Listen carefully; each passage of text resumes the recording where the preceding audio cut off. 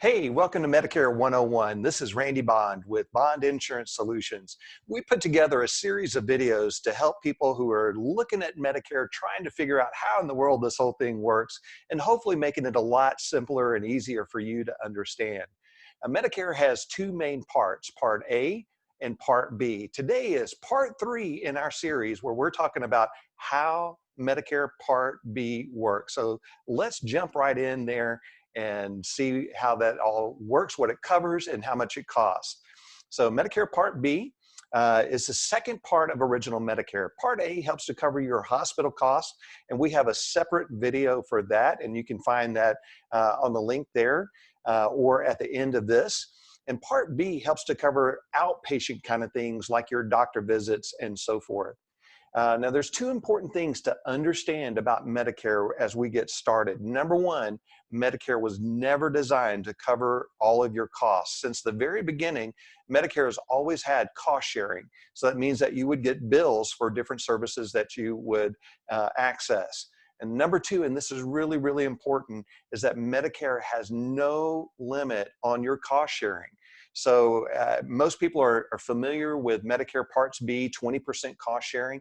That means an unlimited number of 20% can come your way. We'll talk a little bit more about that as we go along. So let's talk first about what Medicare Part B covers. Medicare Part B is mainly your outpatient kind of visits, your doctor visits and so forth. So this is going to cover your Welcome to Medicare preventative visit, that first visit with your doctor when you're first on Medicare. It's also going to cover your primary care doctor and any specialist that you would see.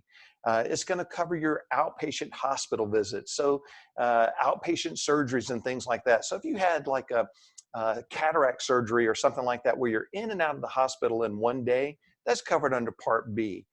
Part B also covers your ambulance ride, covers your outpatient mental health visits. It also covers your lab tests and other kind of diagnostic tests like MRI scans or CT scans or various types of cancer screenings. Those would fall under Part B. Part B also covers your durable medical equipment. That would be things like wheelchairs and oxygen. But it also covers your outpatient therapies like physical, occupational, and speech therapy if you ever needed those.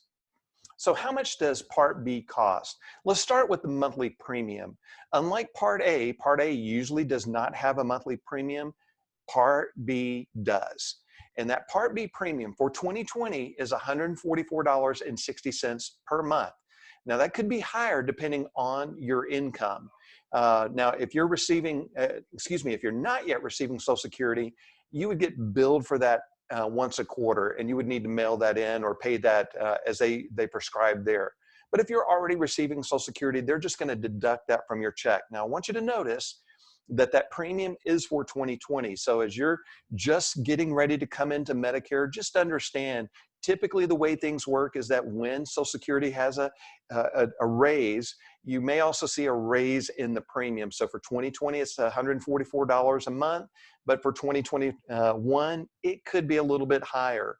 I have no way of predicting that, but I just want you to be prepared that those costs could increase.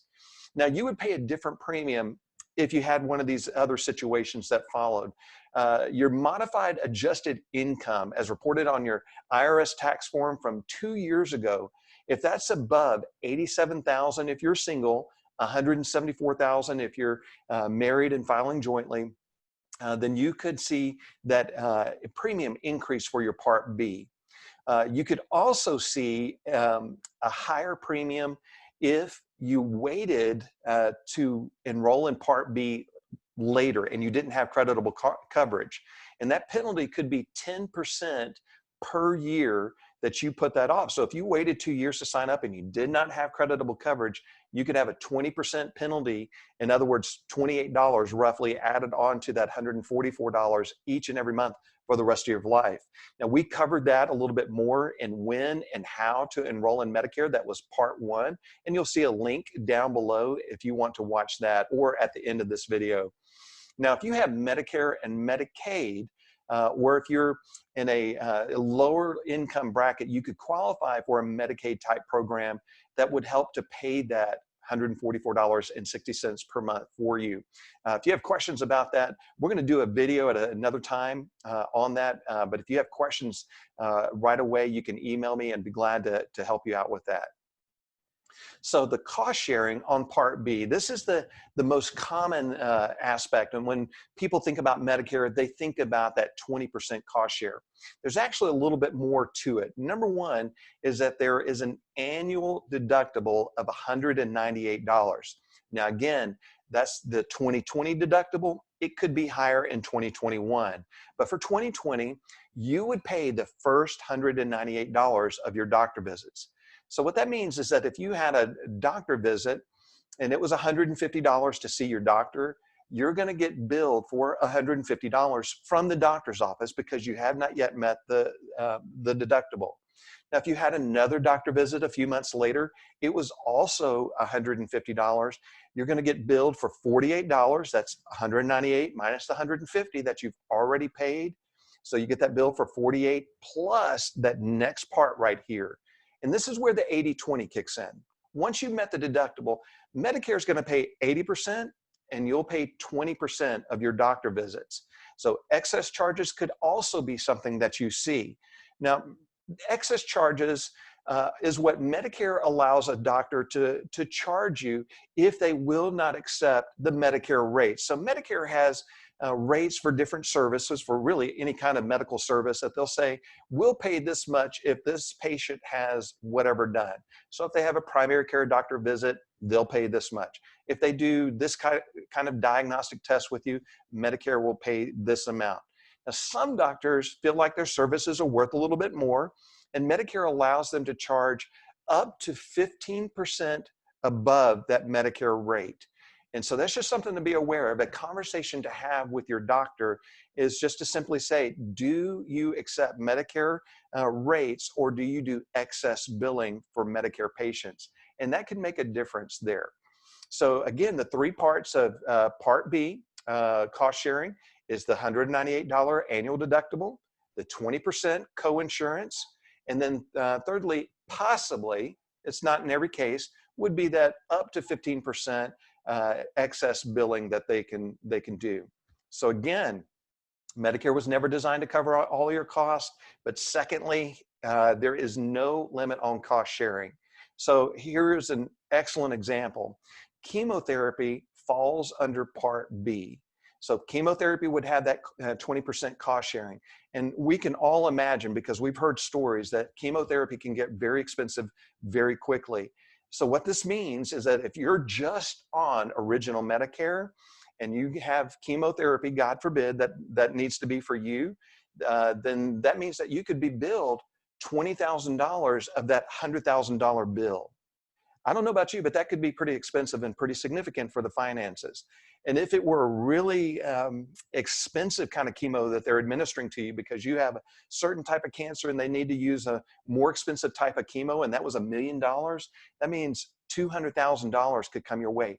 There is no limit on how much Part B cost sharing can come your way. I just want you to be aware of that. Some people just assume Medicare is going to cap that, and they are not.